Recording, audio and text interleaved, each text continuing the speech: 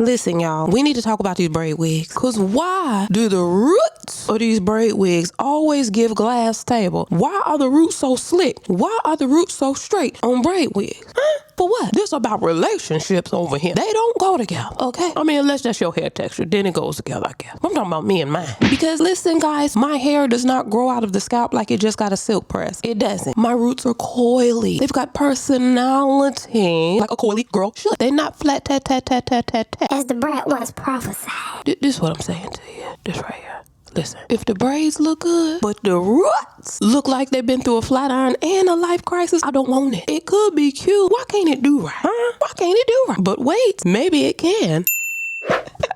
Afro Kinky Roots. That means a wig that's finally speaking my language. A braid wig, that is. And it's from 𝐻𝐿 Her Hair, so you you already know how they're gonna come at it with that hairline. Let me see. This is a 26-inch medium-sized Afro Kinky Base Yaki texture boho braid wig. Yes. And I'm excited because with 𝐻𝐿 Her Hair, you know, again, that hairline is gonna come through. Natural edges, Lego style. Ooh, okay. Oh my gosh. And the braids are not slick. The actual braids themselves, it's like a Yaki texture. So you got the Afro Kinky curly root, and then the actual braids are like that Yaki textured. Child, these braids finna be mine. Roots that match the story. Yeah, 𝐻𝐿 Her Hair, yeah. We're not doing identity crisis on braid wigs in 2026. I've never known 𝐻𝐿 Her Hair to play about that lace.